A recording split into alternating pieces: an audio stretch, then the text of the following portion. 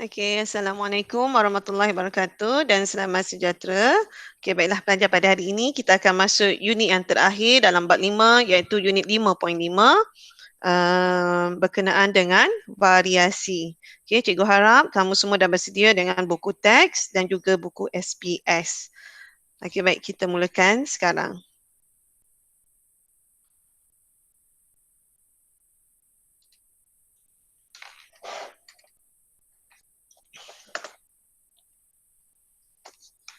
Okey, baik muka surat 103 buku teks. Okey, gambar foto 5.9 itu menunjukkan variasi di antara murid-murid. Okey, so kita nampak ada perbezaan pada setiap pelajar tersebut, betul tak? Okey, ada yang tinggi, ada yang rendah, ada yang rambut lurus, ada yang rambut keriting. Okey, ada yang kurus, ada yang berbadan besar. Okey. Kalau nak tengok dia punya ciri-ciri cuping telinga pun kita tak nampak So ada warna kulit yang berbeza, ada yang cerah, ada yang gelap. So inilah yang dikatakan sebagai variasi. Jadi apa yang dimasukkan dengan variasi? So variasi merupakan perbezaan ciri antara individu dalam spesies yang sama. So kena syaratnya ialah spesies yang sama. Awak tak boleh bandingkan antara manusia dengan haiwan. Memang berbeza. Itu bukan dikatakan sebagai variasi sebab spesiesnya tak sama. So dia mesti kita bandingkan dalam spesies yang sama. Alright. Okay. So kita lihat variasi ini terbahagi kepada dua jenis iaitu variasi selanjar dan variasi tak selanjar. Okey, variasi selanjar ialah variasi yang menunjukkan perbezaan yang tidak ketara atau tidak jelas antara individu dalam populasi yang sama. Ingat dalam topik ini awak mesti tahu apakah perbezaan di antara kedua-dua jenis variasi dan ini akan ditanya dalam soalan AC. Kertas 2. Okey. So senang aja. So perbezaan yang pertama ialah variasi selanjar ialah variasi yang menunjukkan perbezaan yang tidak ketara atau tidak jelas. Manakala bagi variasi tak selanjar, so kita tengok kita terus perbezaan yang pertama. Okey, variasi tak selanjar pula ialah variasi yang menunjukkan perbezaan yang ketara atau sangat jelas antara individu dalam populasi yang sama. So tak payah hafal panjang-panjang, awak ambil pendek saja. Okey, variasi tak selanjar ialah variasi yang menunjukkan perbezaan yang ketara atau sangat jelas. Manakala variasi selanjar ialah variasi yang menunjukkan perbezaan yang tidak ketara atau tidak jelas. So kita dah dapat perbezaan yang pertama. Okey, baik. So, kita tengok pada contoh pula. Contoh variasi selanjar pada manusia ialah seperti ketinggian dan jisim badan. Ketinggian dengan jisim badan ni, perbezaannya tidak ketara sangat di antara kita semua ni. Perbezaannya tak ketara. Mungkin ada tambah tolak 1 kilogram untuk berat, mungkin tambah tolak 1 sentimeter untuk tinggi. So, perbezaannya tak ketara sangat. Okey, baik. Okey, variasi selanjar, manakala contoh bagi variasi tak selanjar pula, dia adalah perbezaan yang jelas dan ketara, iaitu seperti kebolehan menggulung lidah. Boleh gulung, tak boleh gulung. So jelas tepat perbezaan dia.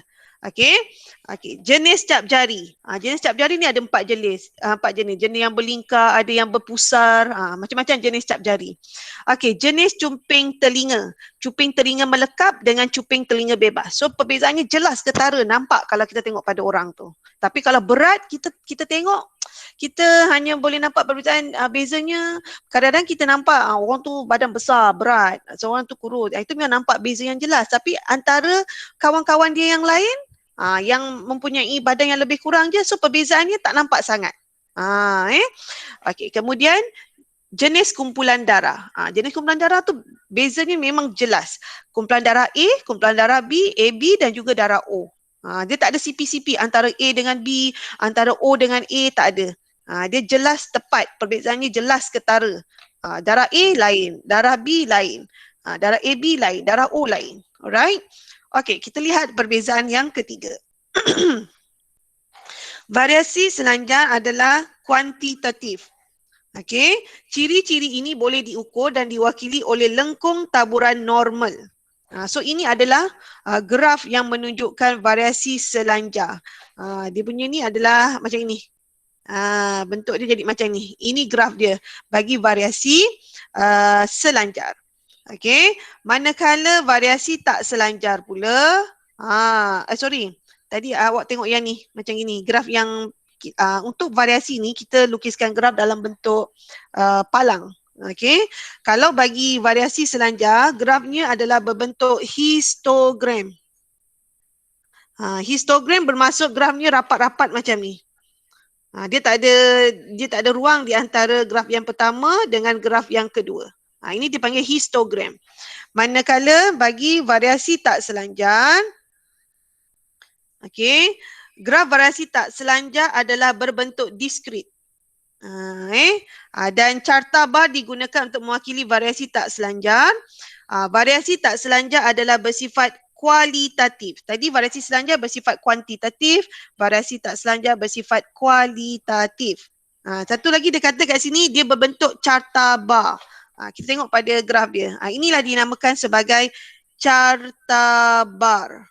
Bila carta bar, dia punya grafnya ada ruang di antara palang yang pertama dengan palang yang kedua. Ataupun senang awak ingat kat sini, dalam soalan dia akan cakap bina carta bar yang menunjukkan variasi yang disoal dalam soalan A contohnya. Kalau dia kata carta bar bermakna graf awak macam ni jarak-jarak. Sebab awak kena bina graf nanti untuk soalan kertas 2. Graf tu awak kena bina. Data dia bagi awak kena bina. Dan graf tu mesti betul. Untuk graf dia ada 2 markah. Okey, apa markah dia? Yang pertama awak punya plot ni betul. Berapa? Contohnya yang ini. A ni katakanlah 10. Okey, yang B ni katakanlah 9. So awak betul dia punya ni awak plot betul. Itu markah yang pertama, satu markah. Markah yang kedua adalah dia punya bentuk graf tersebut. Sama ada dia adalah carta bar, iaitu dia ada jarak-jarak antara palang-palang tu, ataupun dia berbentuk histogram. Kalau histogram tak ada jarak macam ni. Faham Alright. Okay, kita tengok perbezaan yang seterusnya. Okay, variasi selanjar ditentukan oleh gen, tetapi boleh juga dipengaruhi oleh faktor persekitaran. Bermakna variasi selanjar ni dia ada 2 faktor yang mempengaruhinya, iaitu faktor genetik yang mempengaruhi dan juga faktor persekitaran. Okey, contohnya tadi variasi selanjar adalah berat, berat, jisim badan ataupun ketinggian. Okey, untuk genetik, contoh ibu bapa seorang yang kurus, berkemungkinan kebarangkalian didapat anak juga adalah kurus.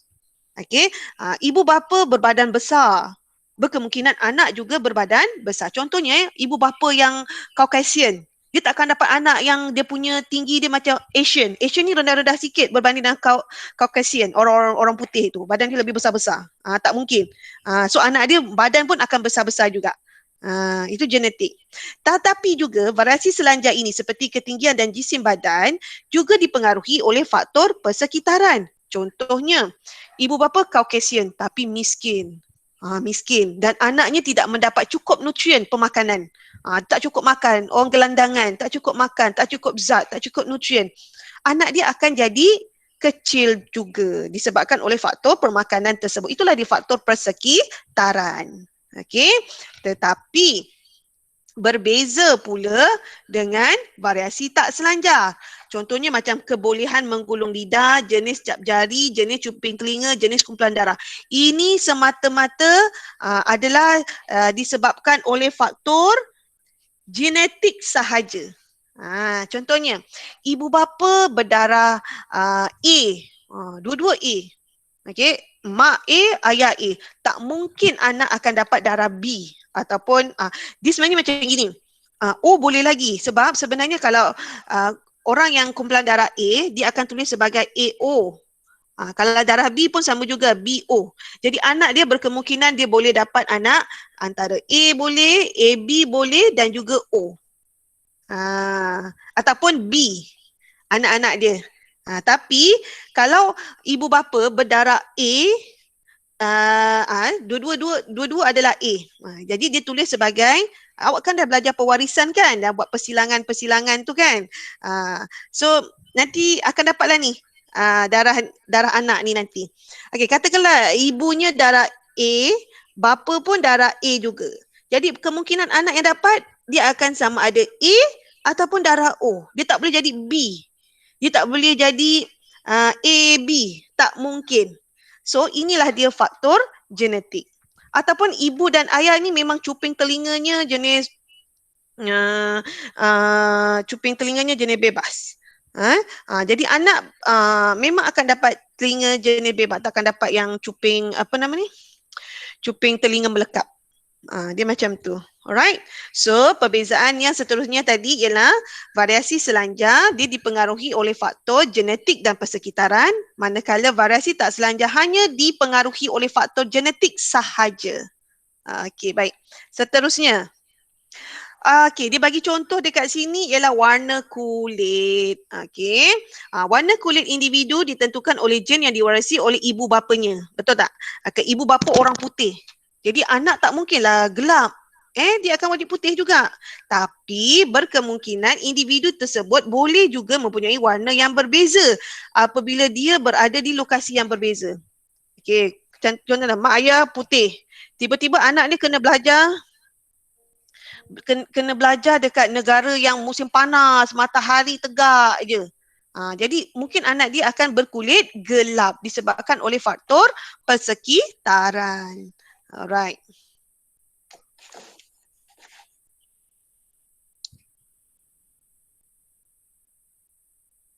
Okey. So dah habis dah perbezaan antara variasi selanjar dan tak selanjar.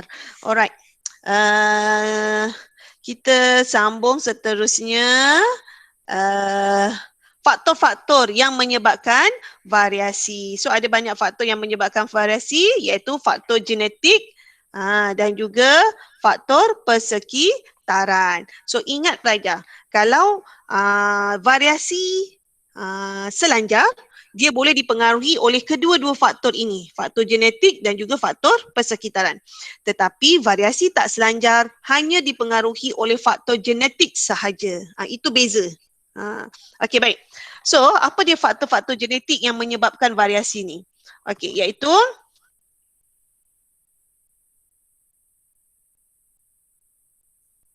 iaitu pindah silang antara kromosom homolog semasa meiosis. So ingat semula semasa meiosis yang pertama pada peringkat profasa 1. Pada peringkat profasa 1 berlakunya proses pindah silang di antara kromosom homolog. Alright. So ini menyebabkan berlakunya pertukaran bahan genetik yang menghasilkan kombinasi genetik yang baharu. Itu yang menyebabkan berlakunya variasi. Contohnya mak ayah, contoh mak rambut lurus, bapa rambut keriting, tiba-tiba dapat anak rambut ikal. Sebab berlakunya kombinasi bahan genetik daripada ibu dan bagi bapa semasa berlakunya proses persenyawaan. Okey, baik. Kemudian, penyusunan kromosom secara bebas menghasilkan gamet yang mempunyai maklumat genetik yang berlainan. Okey, ini semasa penghasilan gamet, sperma dan juga ovum, ada berlakunya penyusunan kromosom yang bebas. Lalu dia menghasilkan variasi pada anak selepas berlakunya proses persenyawaan antara kedua-dua gamet. Okey, baik. Persenyawaan secara rawak antara gamet jantan dengan gamet betina menghasilkan zygot dengan kombinasi genotip yang berlainan. Ini yang tadi cerita tadi, daripada bapa gamet jantan, daripada ibu gamet betina berlaku kombinasi dan persenyawaan yang berlaku secara rawak lalu menghasilkan zygot iaitu anak dengan genotip yang berbeza. Okey, seterusnya mutasi kromosom dan gen menghasilkan fenotip baharu akibat perubahan dalam maklumat genetik. Okey, kita juga telah belajar mutasi. Ya, maksud mutasi ialah perubahan spontan yang berlaku kepada kromosom dan juga gen. Ini juga akan menghasilkan variasi. Contohnya mak ayah normal je. Kemudian berlakunya mutasi, persenyawaan berlaku antara gamet jantan dan gamet betina, dapatlah anak sindrom Down. Itu pun variasi juga. Alright. Kita pergi kepada faktor persekitaran. Okey, faktor persekitaran seperti pH, cahaya matahari yang menyebabkan perubahan warna kulit tu tadi. Okey, suhu air, iklim dan cara pemakanan. Cara pemakanan ni yang menyebabkan variasi selanjar berlaku. Ada yang badan sihat, ada yang kurus, tak cukup nutrisi. Alright. Okay, juga akan menyebabkan perubahan pada ciri-ciri organisma. Okay, contohnya, seseorang akan mempunyai warna kulit yang lebih gelap jika selalu terdedah kepada cahaya matahari. Mak ayah dah putih dah, tiba-tiba anak gelap. Nanti orang kata, ini anak awak ke? Kenapa kulit dia gelap? Jangan kata anak angkat ke, jangan kata tertukar anak ke. Jangan. Tapi ia mungkin disebabkan oleh faktor persekitaran. Okey. Seseorang akan menjadi gemuk sekiranya terlebih makan. Inilah anak, adik-beradik ada yang gemuk, ada yang kurus. Sebab apa berlaku adik-beradik yang berlainan ni, gemuk kurus ni? Sebab faktor persekitaran. Contohnya anak yang gemuk tu dia makan apa sahaja yang mak dia masak. Anak yang kurus ni berkemungkinan dia picky eater. Maksudnya dia memilih makan. Boleh jadi kurus. Okey, baik. Okey, bunga hydrangea spesies berwarna biru jika ditanam di tanah yang berasid dan berwarna merah jambu jika ditanam di tanah yang beralkali ataupun tanah yang neutral. Okey, ini tentang selain daripada manusia lah. Kita pergi pada contoh bunga. Alright. Inilah dia faktor-faktor yang menyebabkan variasi. Ingat ada dua faktor, faktor genetik dan juga faktor persekitaran. Okey, kita pergi pada kepentingan variasi. Okey, untuk kepentingan variasi ni awak mesti hafal sekurang-kurangnya satulah untuk esei. Tapi sekiranya untuk soalan objektif awak kena tahu banyaklah sebab dia ada pilihan jawapan 4. Okey. Tapi untuk awak hafal untuk kertas 2 kena hafal sekurang-kurangnya satu saja dah cukup untuk kepentingan. Okey. Kepentingan yang pertama, variasi pada organisma membolehkan organisma itu menyesuaikan diri terhadap perubahan persekitarannya. Individu dengan ciri yang berlainan atau berbeza daripada kumpulan majoriti mampu bertahan, menyesuaikan diri dan bermandiri. Bermandiri maksudnya menyesuaikan dirilah. Dia boleh survive lah dengan perubahan persekitaran. Jika semua individu adalah serupa, mereka akan pupus apabila suatu perubahan drastik berlaku dalam persekitaran. Contohnya ada perubahan, contohnya kita ada sekumpulan haiwan, spesies yang sama. Kalau dia mempunyai ciri yang sama, tiba-tiba berlakunya musim kemarau, semua tak dapat bertahan, semua mati. Lalu pupuslah.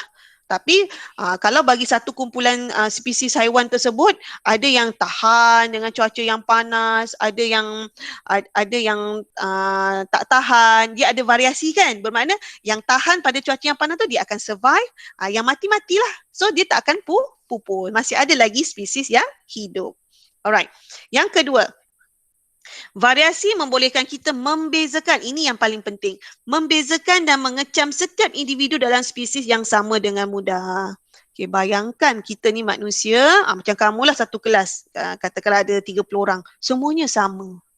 Boleh tak kita nak membezakan dan mengecam setiap seorang? Siapa nama Alisa, siapa nama Iqmal, siapa nama ni, semua sama. Bayangkan kalau tak ada variasi, semua akan jadi sama sahaja. So susahlah kita nak dapat mengecam. Okey. Yang ketiga, variasi membenarkan pemilihan semula jadi, iaitu organisma dengan ciri-ciri yang sesuai akan terus hidup, manakala organisma dengan ciri-ciri yang kurang sesuai akan pupus. Lalu evolusi organisma berlaku melalui pemilihan semula jadi. Okey, seterusnya, variasi juga membantu organisma dalam penyamaran untuk melindungi diri daripada pemangsa. Dan yang terakhir, variasi pada haiwan dan tumbuhan juga meningkatkan nilai tambah sesuatu haiwan dan tumbuhan tersebut. Contoh, hasil daripada kejuruteraan genetik dan pembiakbakan pilihan, haiwan dan tumbuhan dengan ciri genetik baharu dapat dihasilkan mengikut sifat-sifat yang dikehendaki. Lalu ini dapat meningkatkan kualiti dan kuantiti hasil pertanian. So itulah dia kepentingan variasi. Bermakna kita dah habis dah topik 5.5. Jadi kita nak bincangkan soalan-soalan berkenaan dengan topik 5.5. Yang pertama, apakah maksud variasi? Apa dia maksud variasi? Ahmad Iqmal, apa maksud variasi? Variasi.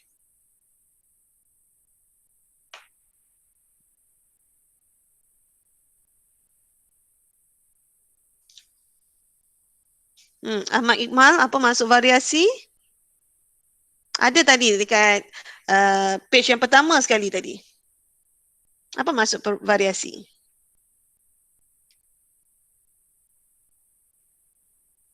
Cikgu nak jawab boleh? Siapa ni? Dinesh Waran. Okey, bagus. Okey, Dinesh jawab. Variasi ialah perbezaan ciri antara individu daripada spesies yang sama. Bagus. Perbezaan antara individu dalam spesies yang sama. Okey, soalan yang kedua. Namakan dua jenis variasi. Apa dia jenis-jenis variasi?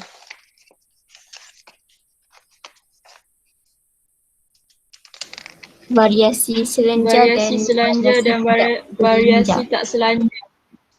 Ada dua nama kat situ. Siapa tadi yang jawab? Amalia. Amalia.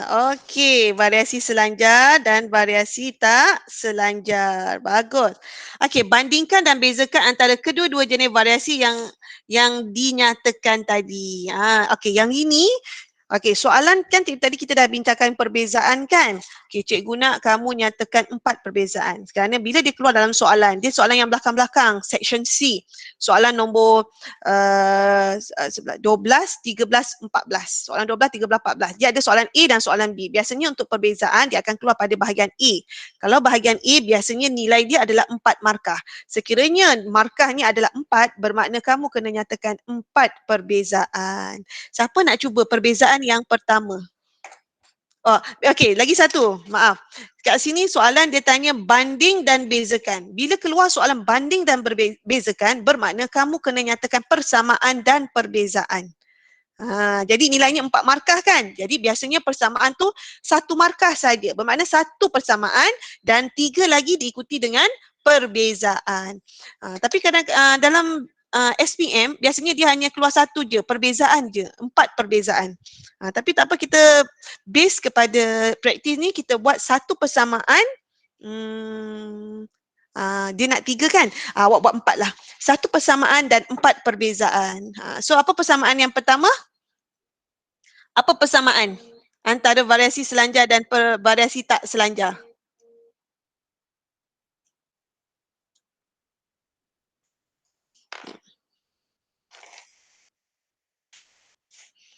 Apa persamaan antara variasi selanjar dan variasi tak selanjar?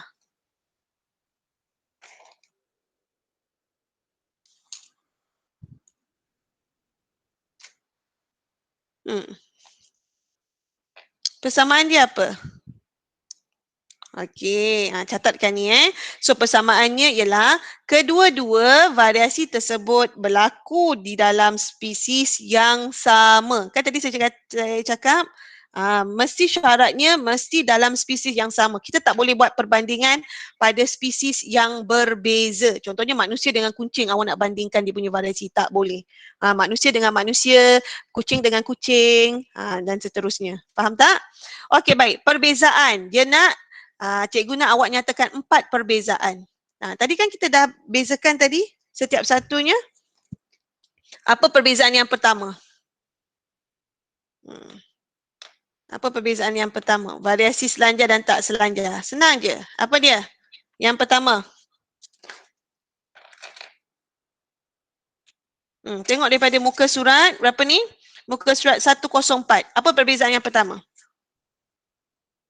Okey, untuk perbezaan buat dalam bentuk jadual. Buat dalam bentuk jadual. Apa hikmah perbezaan dalam individu? Okey, itu tadi makna variasi Okey, perbezaan pula. Kalau variasi selanjar, apa dia? Dia menunjukkan perbezaan. Variasi yang menunjukkan perbezaan yang tidak ketara atau tidak jelas antara individu dalam populasi yang sama. Ini perbezaan yang pertama. Okey, variasi tak selanjar pula ialah variasi yang menunjukkan perbezaan yang ketara atau jelas antara individu dalam populasi yang sama. So ini perbezaan yang pertama. Okey, perbezaan yang kedua. Okey, variasi selanjar adalah kuantitatif. Perbezaan yang kedua. Variasi tak selanjar dia bersifat kualitatif. Ini kualitatif. Okey. Okey, perbezaan ketiga pula. Ini perbezaan yang kedua. Okey, perbezaan yang ketiga apa dia? Okey, variasi selanjar Okey, variasi selanjar dipengaruhi oleh faktor genetik dan persekitaran. Ini yang ketiga. Variasi selanjar dipengaruhi oleh faktor persekitaran dan genetik. Dan genetik ni kat sini ada gen. Dan genetik. Tetapi bagi variasi tak selanjar dipengaruhi oleh ditentukan atau dipengaruhi oleh faktor genetik sahaja. Ini perbezaan yang ketiga. Okey, perbezaan yang keempat, apa dia perbezaan yang keempat?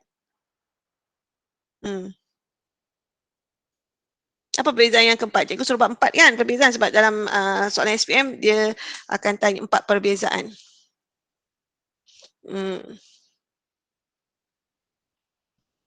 Tak belajar apa perbezaan yang keempat? Okey, perbezaan yang keempat kita boleh nyatakan perbezaan dari segi dia punya graf. Kalau variasi selanjar, graf apa? Variasi selanjar boleh dinyatakan dalam bentuk graf histogram. Ini perbezaan yang keempat. Manakala variasi tak selanjar boleh dinyatakan dalam bentuk graf carta bar. Boleh? Itulah dia 4 perbezaan antara variasi selanjar dan variasi tak selanjar. Boleh Mana tadi soalan? Okey, ataupun kita tengok tadi contoh.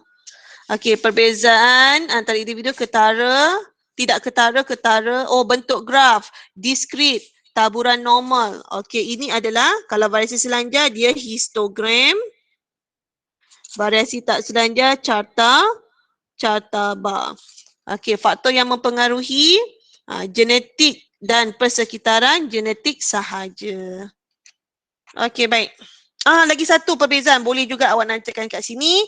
Kalau dipengaruhi oleh faktor genetik sahaja, maka ianya boleh diwarisi.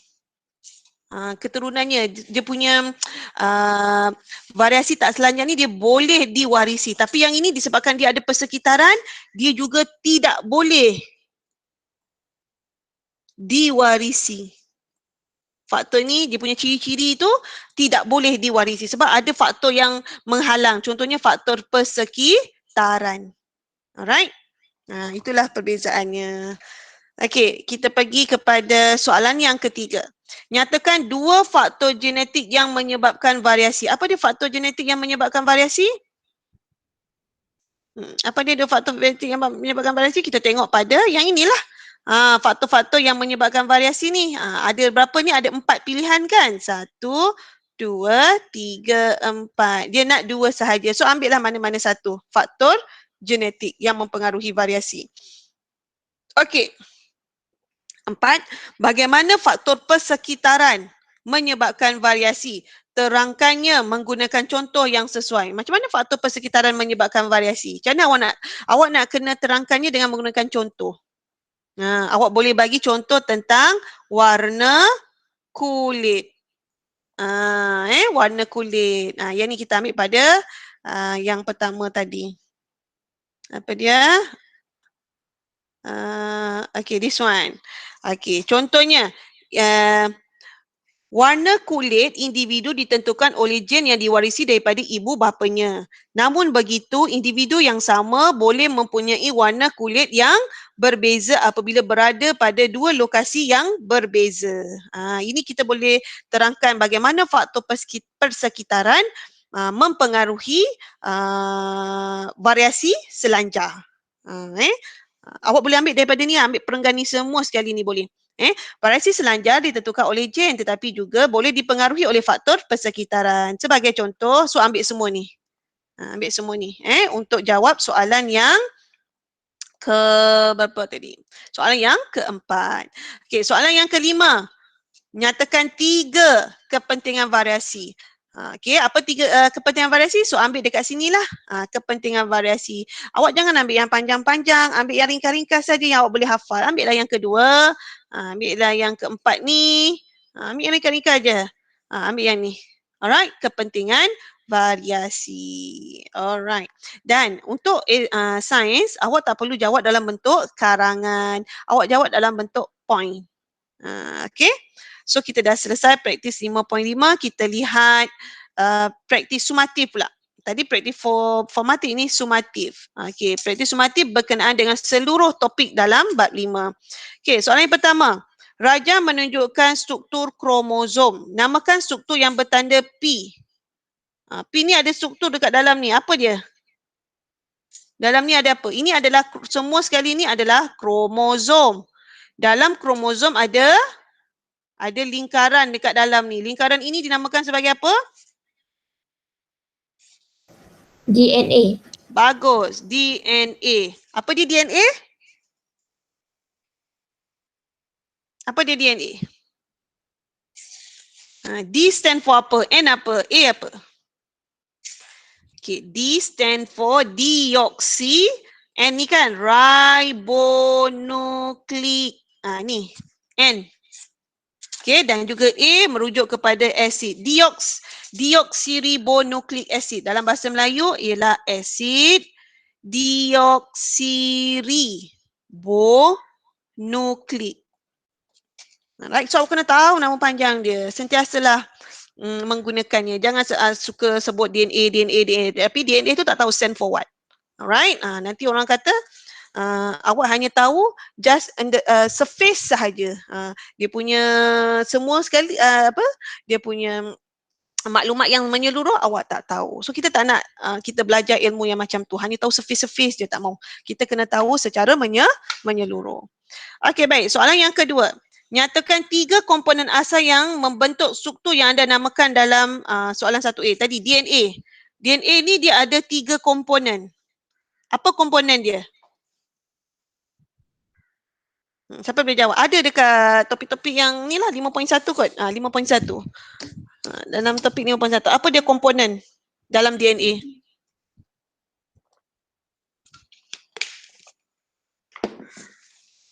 Kita ada apa? Kita ada base bernitrogen. Lagi? Kita ada kumpulan fosfat. Dan juga satu lagi apa?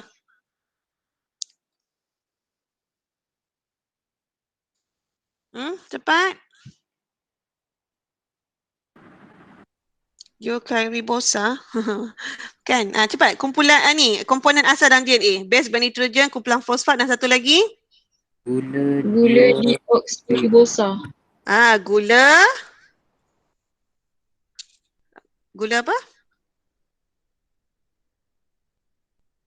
Deoksiribosa. Siribosa. Gula deoksiribosa. Okey, baik. B, berapakah bilangan kromosom dalam sel soma? Yang ni kena tambah sel soma manusia. Okey, ada berapa kromosom semuanya? 46. Bagus, 46. Perbezaan antara autosom dengan kromosom sel. Apa beza autosom?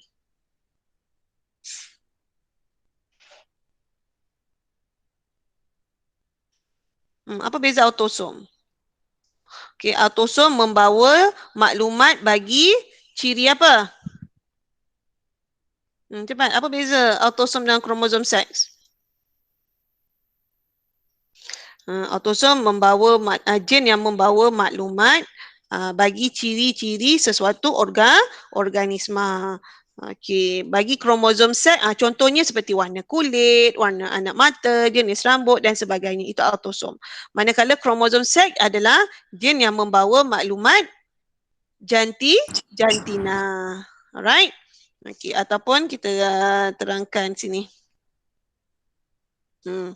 Okey, autosom membawa gen yang mengawal ciri organisma seperti warna anak mata, kebolehan menggulung lidah dan jenis rambut. Kalau kromosom seks pula membawa gen yang menentukan jantina organisma sama ada lelaki atau perempuan, jantan atau betina. Alright. Next.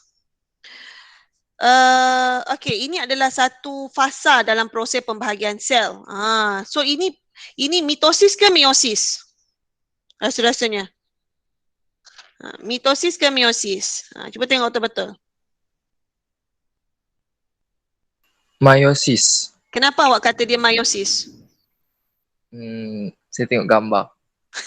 Yelah, apa pada gambar tu yang menunjukkan dia adalah meiosis? Meiosis. Kromosom dia bersilang. Ya, berlakunya apa ni? Pindah silang. Dan pindah silang ini hanya berlaku pada meiosis sahaja. So ingat, so awak kena perhatikan betul-betul gambar ni. Kalau nampak dia bersilang, memang dia adalah meiosis. Sebab mitosis tak ada berlaku pindah silang. Alright. Okey, soalan yang pertama, nyatakan fasa yang ditunjukkan dalam rajah. So dia adalah, kita dah tahu dia meiosis, tapi fasa apa? Fasa Profase. dia, yes. Profase berapa? Sebab meiosis ni dia ada dua. Meiosis 1 dengan meiosis 2. So, ini profase yang mana? 1. Yes, profase 1 ataupun profasa 1. So kena nyatakan dengan jelas. Profasa 1. Okey, pada fasa ini terangkan perlakuan kromosom. Apa yang terjadi pada kromosom pada peringkat profasa 1? Yang pertama sekali, kromosom akan jadi apa? Apa jadi pada kromosom? Sebelum berlaku persilangan ni lah. Pindah silang ni. Apa jadi pada kromosom? Kromosom, tengok buku SPS senang. Memendek dan menebal. Yes, kromosom memendek dan menebal. Kemudian apa lagi? Jelas kelihatan. Kromosom akan jelas sebab dia dah memendek dan dia dah menebal, maka kromosom tu akan mudah kelihatan. Dan kemudian barulah awak terangkan berlakunya pindah silang. Alright. Namakan proses yang berlaku pada fasa ini. Proses apa? Pindah silang. Terangkan impaknya kepada organisma sekiranya proses ini tidak berlaku. Pindah silang, apa fungsi pindah silang? Untuk menghasilkan apa? Variasi.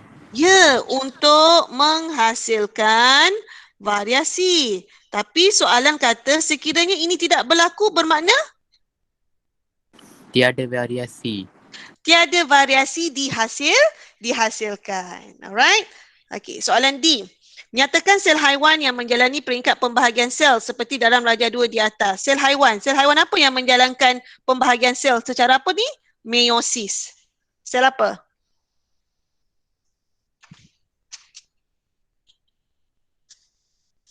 Sel apa pada haiwan yang menjalani pembahagian sel iaitu meiosis? Seperti kat atas tu. Sel apa? Dia kat satu je tempat yang berlakunya meiosis ni. Di mana? Sel apa? Sel pembiakan. Yes, sel pembiakan. Itu saja yang akan berlaku meiosis. Mitosis pula berlaku dekat mana? Mitosis. Kalau meiosis berlaku dekat sel pembiakan, meiosis berlaku di Sel soma. sel soma. Mitosis berlaku di sel soma. Kat mana sel soma tu? Kalau sel pembiakan kita tahu, dia dekat organ pembiakan, testis dan juga ovari. Tapi kalau sel soma, kat mana sel soma? Di manakah letaknya sel soma?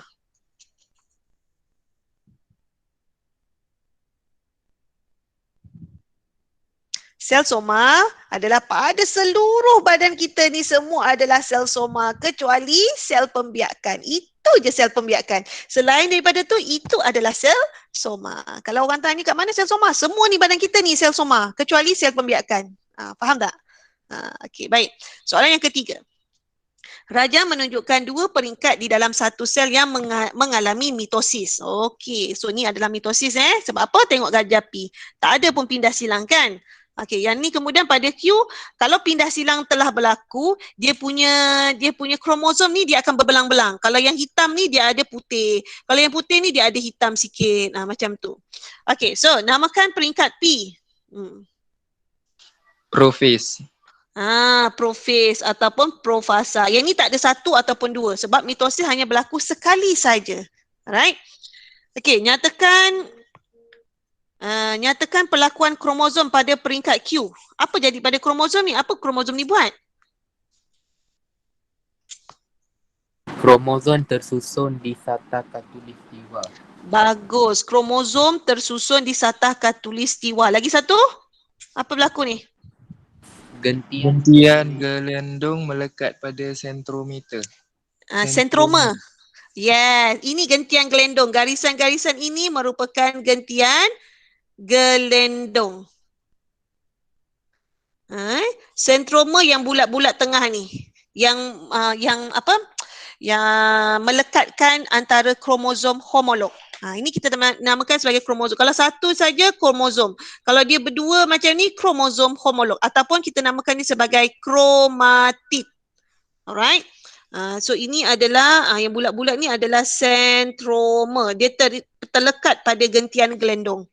Okey. So apakah nama peringkat Q ni? Cikgu nak tanya. Soalan tak ada. Cikgu nak tanya. Peringkat apa ni? Fasa apa ni? Yes, metafase ataupun metafasa. Okey, C. Namakan satu organ dalam manusia dan satu organ dalam tumbuhan. Satu organ pada manusia dan satu organ dalam tumbuhan yang mengalami mitosis. Okey, kalau manusia, mitosis berlaku dekat mana? Organ mana? kulit. Yes, kulit. Selain pada kulit?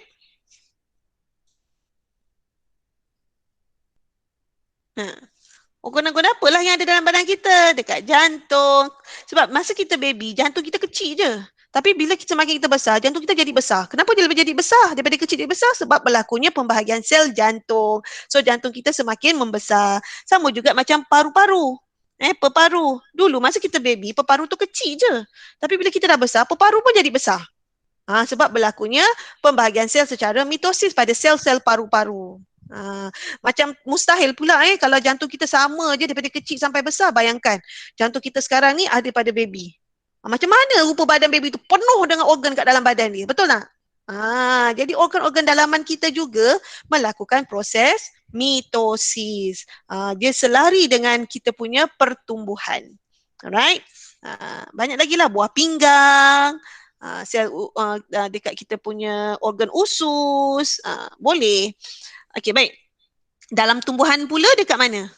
Kalau dalam tumbuhan, mitosis ni.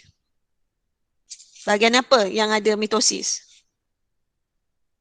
Tisu meristem seperti digunakan dia berlaku pada tisu meristem. Tisu meristem ni terletak pada dua bahagian pada pokok, iaitu pada bahagian pucuk dan pada bahagian akar. Dekat situlah berlakunya pembahagian sel secara mitosis. Okey, soalan yang keempat. Raja 4 menunjukkan kariotip. Ni apa nama kariotip? Inilah dia kariotip, susunan kita punya kromosom-kromosom secara berpasangan ni. Itulah kariotip. Yang dapat dianalisis selepas Puan K menjalankan kaedah amniocentesis.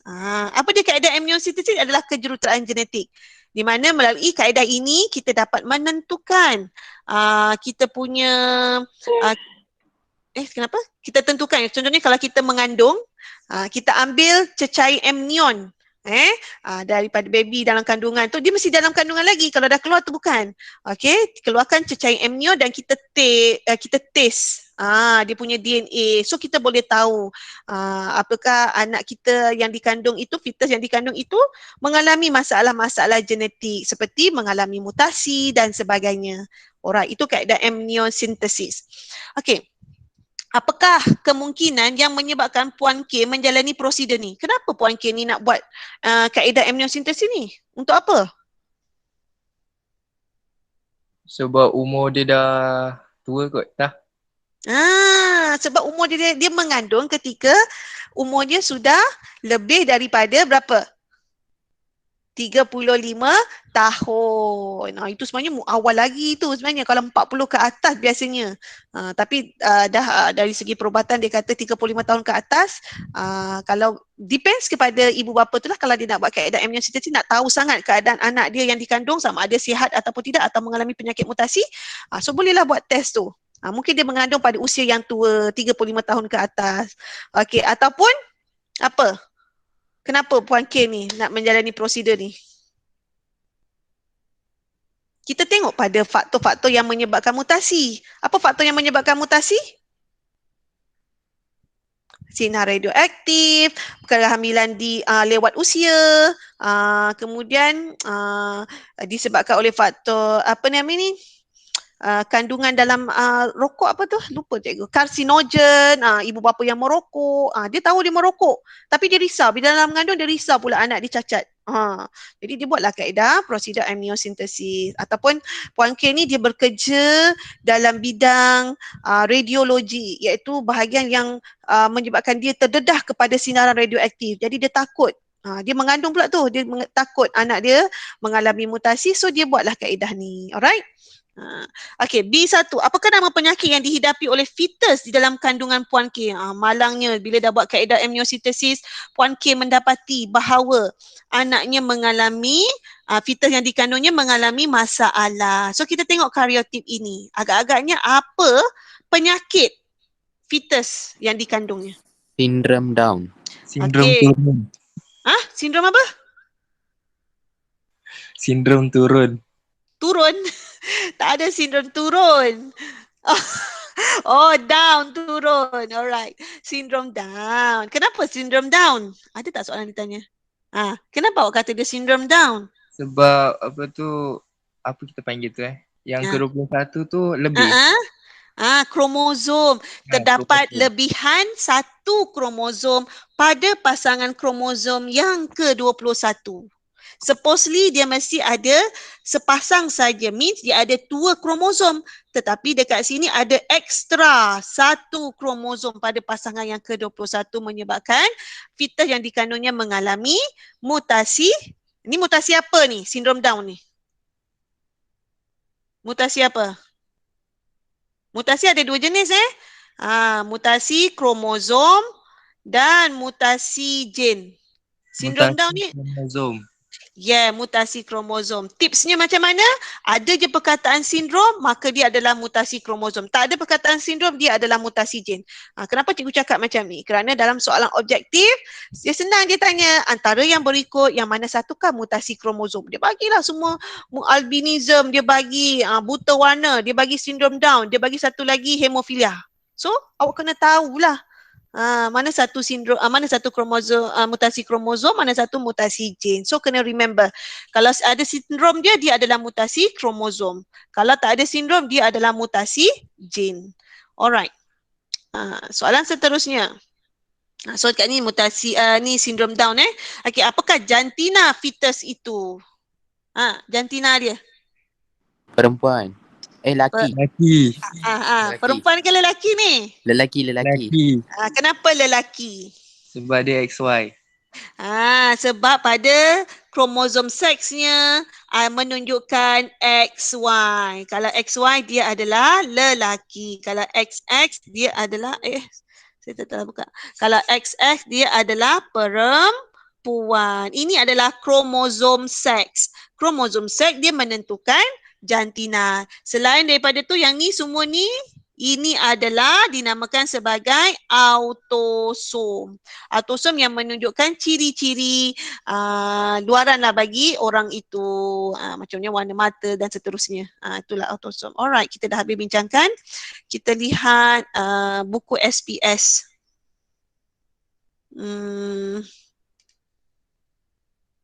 Okay, kita lihat buku SPS, muka surat. Hilang pula.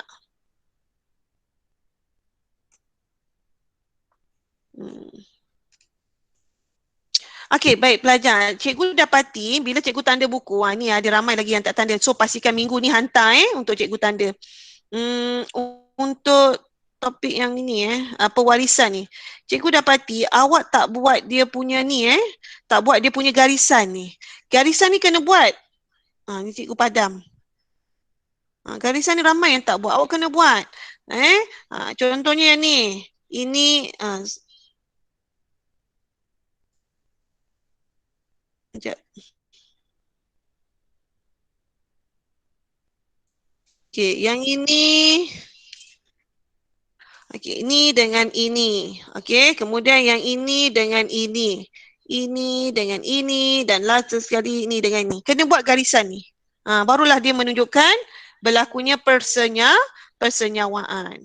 Alright, kita pergi pada topik ni mutasi mungkin tak ada masalah kot, kita dah bincang. Ni yang ni pun ramai juga yang cikgu dapati jawab salah. Sindrom Down ni bukan berlaku pada lelaki saja atau bagi pada perempuan saja. Sindrom Down boleh berlaku pada dua-dua. Yang ni perempuan XX, yang ni lelaki XY. Dia boleh pada lelaki dan perempuan. Tapi kalau Klinefelter dengan sindrom Turner, okey, dia berbeza. Kalau Klinefelter berlaku pada lelaki sahaja, kalau Turner berlaku pada perempuan sahaja. So remember. Alright. Yang ini pun ramai yang salah. Dia nak kandungan kromosom dalam sel semua orang itu. So bila kandungan kromosom, ini ramai yang buat salah. Sebab dia terlebih pada pasangan 21 kan ekstra. Bermakna 45 tambah XY. Sebab sini XY. Kalau sindrom Down perempuan, 45 tambah XX. Okay, total semua sekali bagi sindrom Down adalah 47 kromosom. 47 kromosom. Sebab kira lah 45 campur X, 46 campur Y, 47. Alright? Okey, baik.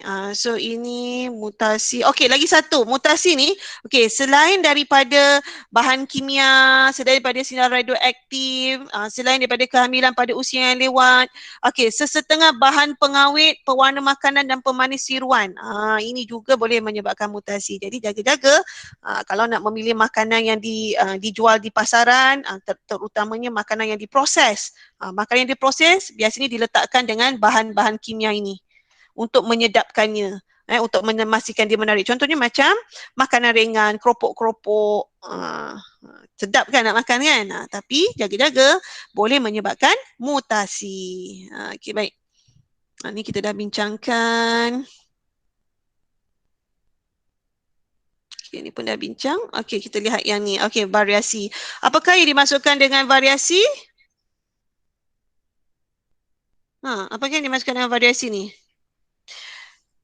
Di kalangan spesies. Apa yang berlaku di kalangan spesies yang sama ni? Dia apa? Perbezaan semula jadi di kalangan spesies yang sama. Okey. Nyatakan dua jenis variasi. Tahulah variasi selanjar dan variasi tak selanjar. Okey, 3, berikan maksud variasi selanjar dan variasi tak selanjar. So variasi selanjar menunjukkan perbezaan yang tidak apa? Tidak jelas dan tidak ketara. Ini perbezaan ni. Variasi tak selanjar, variasi yang menunjukkan perbezaan yang jelas dan ketara. Okey, baik. Kelaskan jenis-jenis variasi berdasarkan maklumat yang diberi. Alright, kita pergi yang pertama. Kumpulan darah. Selanjar tak selanjar? Cayut. Kumpulan darah selanjar tak selanjar?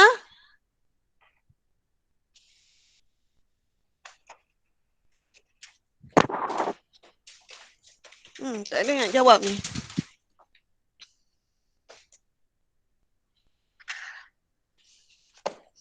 Ke nak buat sendiri je? Variasi tak selanjar. Ya, tak selanjar. Perbezaannya jelas dan ketara kan? Ada kumpulan darah A, B dan kumpulan darah O.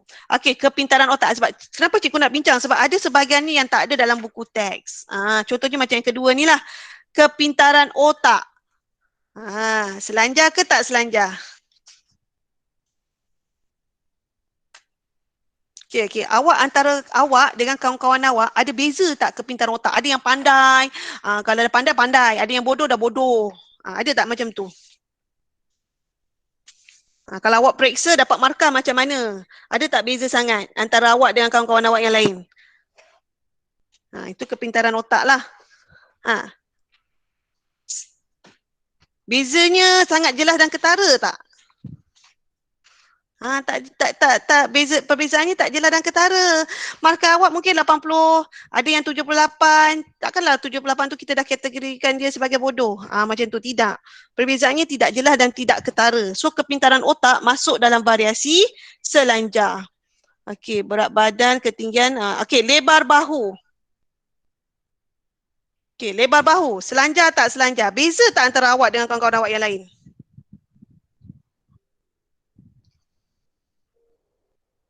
Cepat belajar. Beza tak lebar bahu awak dengan lebar bahu kawan-kawan awak? Jelas tak Beza. beza? Jelas tak bezanya? Yang panjang, bahunya lebar-lebar sangat. Yang kecil-kecil sangat. Beza tak? Beza. Jelas ke tak jelas beza dia? Tak jelas. Bezanya tak jelas. Bezanya sikit-sikit aja. Lebar bahu, bila perbezaan tu tak jelas dan ketara, lebar bahu dimasukkan dalam variasi selanjar. Perbezaannya tak jelas dan tidak ketara sebenarnya. Okey, senang macam ni pelajar. Yang melibatkan pengukuran pada ciri-ciri pada badan kita. Melibatkan pengukuran seperti tinggi, berat, lebar bahu. Lebar bahu kita nak ukur, kita nak kena ukur kan, kena gunakan pita pengukur, sama macam ketinggian. Kalau macam itu, kita masukkan dalam variasi selanjar. Okey, warna iris mata. Warna iris mata. Ada beza tak awak dengan kawan-kawan? Ada beza tak? Dengan kawan-kawan awak memang nampak kalau hitam-hitam lah kan? Kalau awak dengan Caucasian, orang putih tu, ada warna biru, kemudian ada warna hazel, ada warna hitam. Nampak tak beza jelas? Jelas tak beza warna mata? Jelas nampak beza. Jadi warna iris mata masuk dalam variasi tak selanjar. Okey, cap jari kita dah bincang, cap jari dah ada dalam buku, variasi tak selanjar. Okey, kidal. Kidal. Orang kidal dengan orang tak kidal. Bezanya jelas tak? Jelas. Jadi kidal masuk dalam variasi tak selanjar. Kadar denyutan jantung. Beza tak antara kita semua ni? Jelas tak beza kadar denyutan jantung?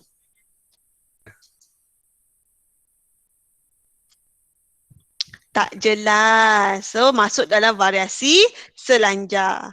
Okey, jenis cuping telinga beza jelas. Ada cuping melekap dengan cuping bebas. Okey, panjang tapak kaki. Ni pada diri kita ni. Dia melibatkan pengukuran kan? So masuk dalam variasi apa? Variasi selanjar. Ya, variasi selanjar. Okey, kebolehan menggulung lidah, boleh gulung, tak boleh gulung. Jelas berbeza. So tak selanjar. Warna kulit.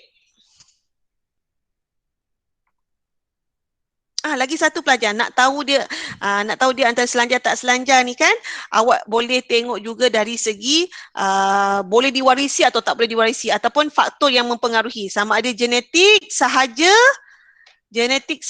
atau boleh dipengaruhi oleh faktor persekitaran. Kalau boleh dipengaruhi oleh faktor persekitaran, maka ini adalah variasi selanjar. Ini adalah variasi variasi selanjar dipengaruhi oleh faktor genetik dan persekitaran.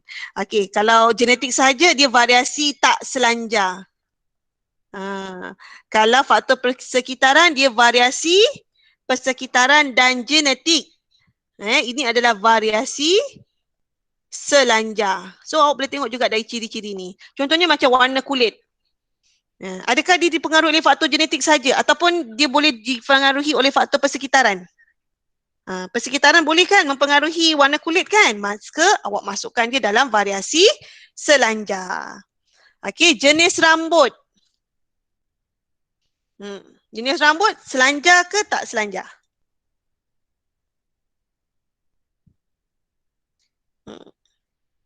Tak Jenis- selanjar. Tak selanjar. Tak selanjar. Kenapa? Jenis rambut ni tak boleh dipengaruhi oleh faktor persekitaran ke? Tak. Tidak. Tapi berbeza kalau awak buat rebonding, awak buat apa benda tu yang pergi ke salon, awak rebond rambut awak yang keratin jadi lurus. Itu bukan dikira sebagai faktor persekitaran. So dia hanya faktor genetik sahaja, iaitu variasi tak selanjar. Kebolehan. Okey, so dah habis.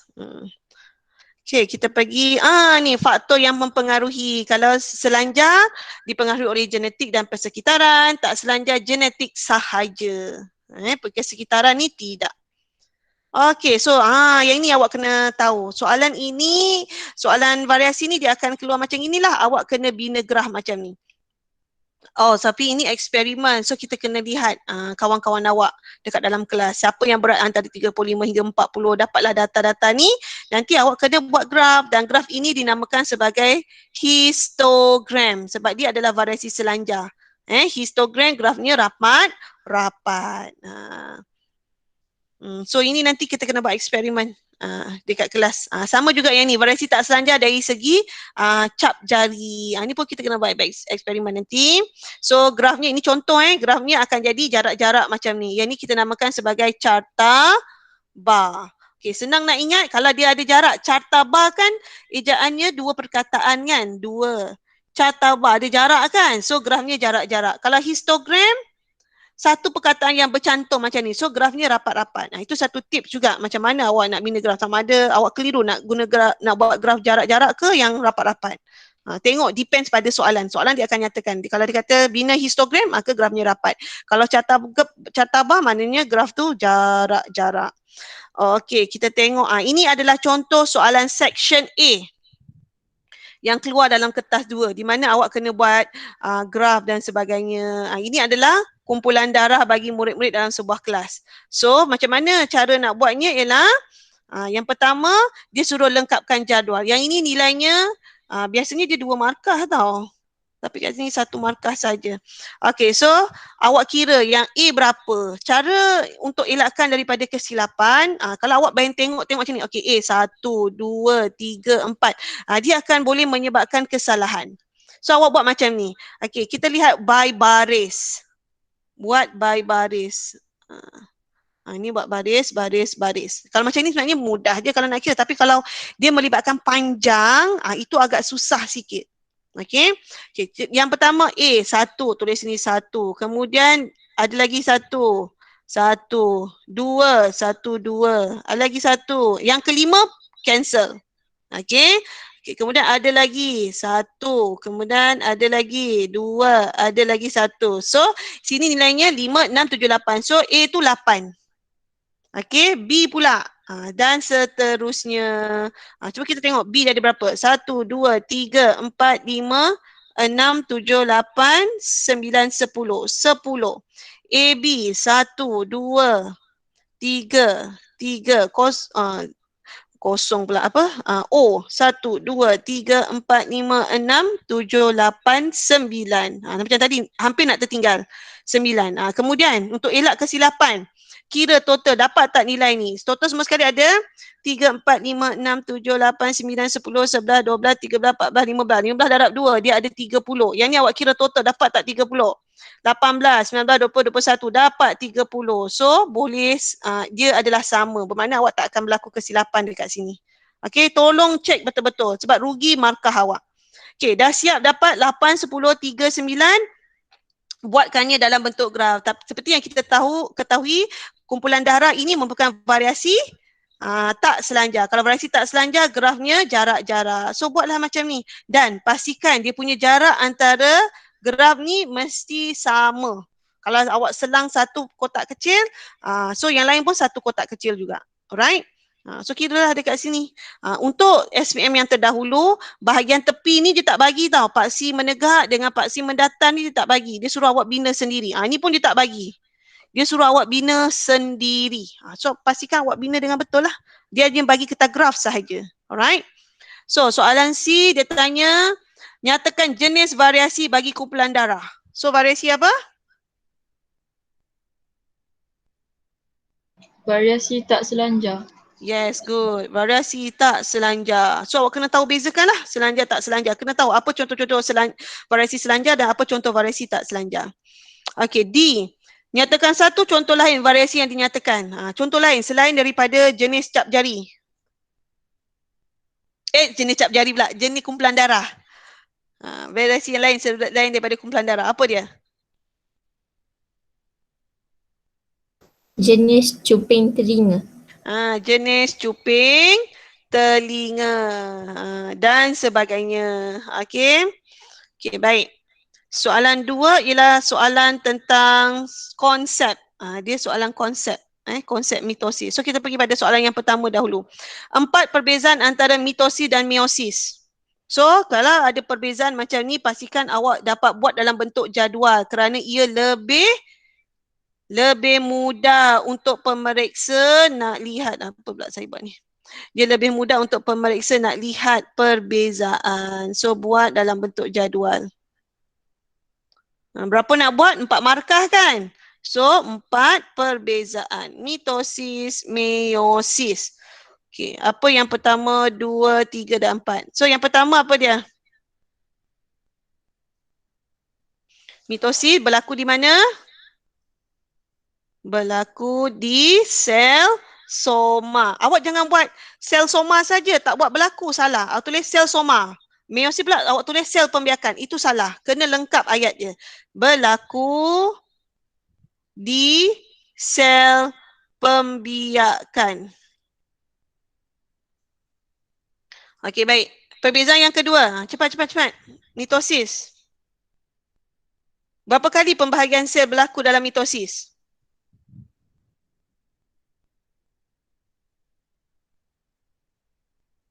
Berapa kali? 1. 1 kali sahaja. Sekali ataupun sekali. Okey, yang ini jangan awak tulis. Okey, yang ni 1 kali, yang ni awak tiba-tiba awak tulis 2 kali. Tak dapat markah pelajar. Jangan buat macam ni. Jangan letak 2 kali je. Kena lengkap. Ayatnya mesti lengkap. Pembahagian sel berlaku 2 kali. Sebab meiosis dia ada 2. Meiosis 1, meiosis 2. Okey, kemudian perbezaan dari segi bilangan anak yang dihasilkan. Mitosis berapa bilangan anak dihasilkan?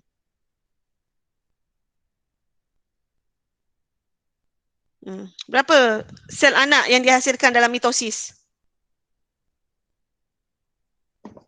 2. 2. Jangan tulis 2 sel anak. Tak boleh. Awak kena lengkapkan. Menghasilkan 2 sel anak. Yang ini pun sama. Menghasilkan berapa sel anak? Meiosis. 4. 4 sel anak. Senang je. Okey. Lagi? Satu lagi perbezaan. Kita nak yang mudah-mudah pindah silang. Mitosis ada tak pindah silang? Tiada. So tulis tiada pindah silang. Meiosis ada pindah silang. Ayat ni mesti lengkap ada perbezaan yang lain awak boleh buat dari segi bilangan kromosom. Itu panjang sikit ayatnya. Kalau mitosis, bilangan kromosom sel anak adalah sama seperti induk. Kalau meiosis, bilangan sel anak adalah separuh daripada sel induk. Itu panjang sikit ayat dia. Alright, seterusnya. Dan 4 perbezaan, kita tengok soalan B ialah soalan tentang konsep. Okey. Kaji bahagian-bahagian. Raja menunjukkan bahagian-bahagian manusia yang mengalami pembahagian sel. Okey, ginjal, hati, rambut dan juga tulang. Okey, kaji bahagian-bahagian yang mengalami pembahagian sel seperti yang ditunjukkan dan bina konsep mitosis. Jawapan anda adalah berdasarkan aspek yang berikut. Yang pertama, kena pasti 2 ciri sepunya. Macam mana nak buat ni? Ini pembahagian sel betul tak? Ini pembahagian sel apa ni? Ginjal, hati, rambut, tulang. Pembahagian sel jenis apa? Mitosis ke meiosis? Mitosis. Mitosis. Lagipun dalam soalan pun dah nyatakan kat sini mitosis. So dia akan tanya mitosis lah sebenarnya. Jadi kenal pasti 2 ciri sepunya ni nak tulis apa? Ciri-ciri mitosis. Dia nak berapa? 2. So apa ciri-ciri mitosis? Ambil daripada sini saja perbezaan ni. Ambillah yang pertama, ambillah yang kedua. Nak ambil mana-mana pun boleh. Yang mitosis punya. Faham tak? Berlaku di sel soma, pembahagian sel berlaku 1 kali. Ataupun sekali. Ataupun awak nak ambil menghasilkan 2 sel anak ataupun nak ambil tiada pindah silang. Depend lah, suka hati awak lah nak ambil yang mana. Tapi dia nak 2 sahaja, jangan buat lebih. Nak buat lebih pun boleh sebenarnya. Kalau essay awak boleh buat lebih, dia akan pilih mana yang betul. Tapi kalau dalam structure tak boleh. Tapi cikgu harapkan kalau dah fix macam ni dia nak 2, awak buat 2 je lah. Okay, soalan yang kedua. Beri satu contoh lain bahagian yang mengalami pembahagian sel ini. Syaratnya dia mesti mitosis juga. So dekat mana? Selain daripada ginjal, hati, rambut, tulang. So dekat mana lagi? Contoh lain. Dekat mana?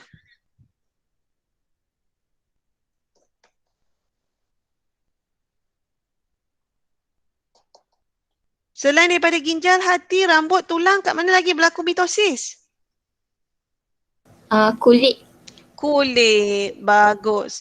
Okey. 3. Beri satu contoh bahagian badan yang mengalami meiosis. So dekat mana yang mengalami meiosis? Satu tempat je kan? Kat mana tu? Dekat mana yang berlakunya meiosis? Dia nak bahagian badan dia bukan tanya sel. Dia nak bahagian badan. Jangan awak buat sel pembiakan. Dia nak bahagian badan. Dekat mana berlakunya meiosis? Di mana? Testis. Yes, testis ataupun ovari. Jangan jawab sel pembiakan. Itu sel.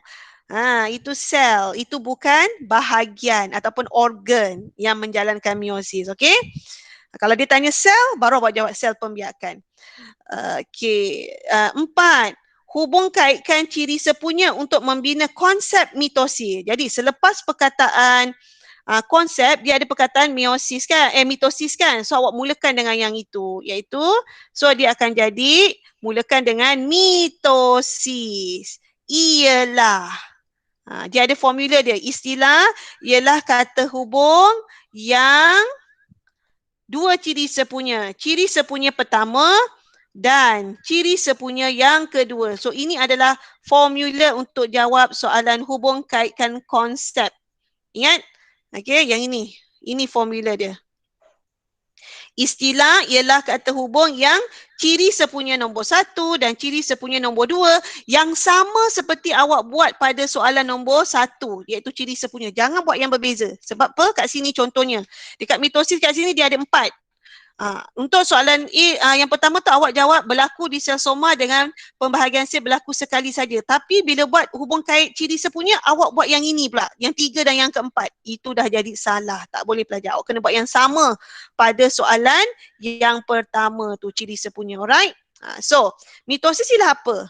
Kata hubung yang sesuai untuk mitosis. Apa nak letak kat sini? Kata hubung.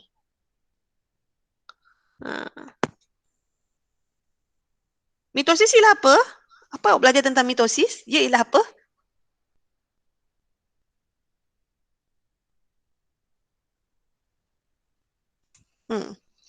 Mitosis ialah apa?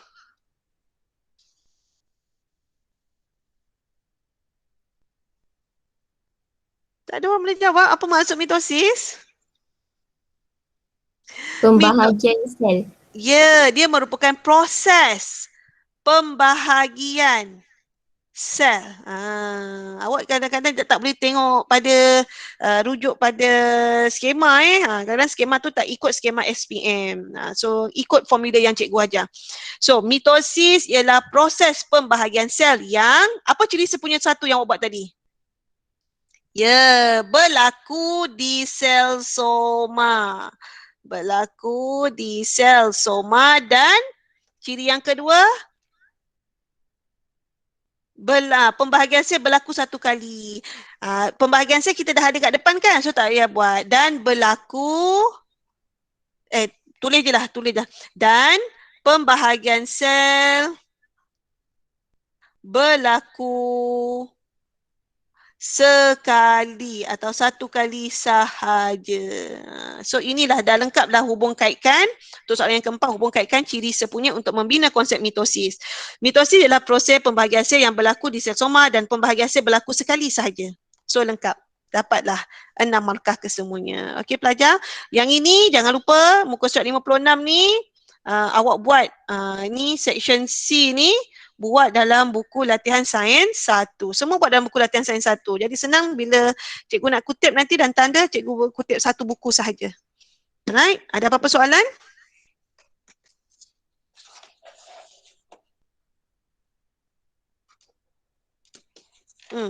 Ada apa-apa soalan? Tiada. Jadi kalau tak ada, cikgu akan hentikanlah sehingga waktu ini jam 12.20. Okey, terima kasih pelajar. Assalamualaikum dan selamat sejahtera. Terima Okey, kasih sama-sama. cikgu. Sama-sama. Terima kasih, cikgu. Sama. Thank you teacher. Okay, welcome. Terima kasih cikgu. Sama-sama. Ya.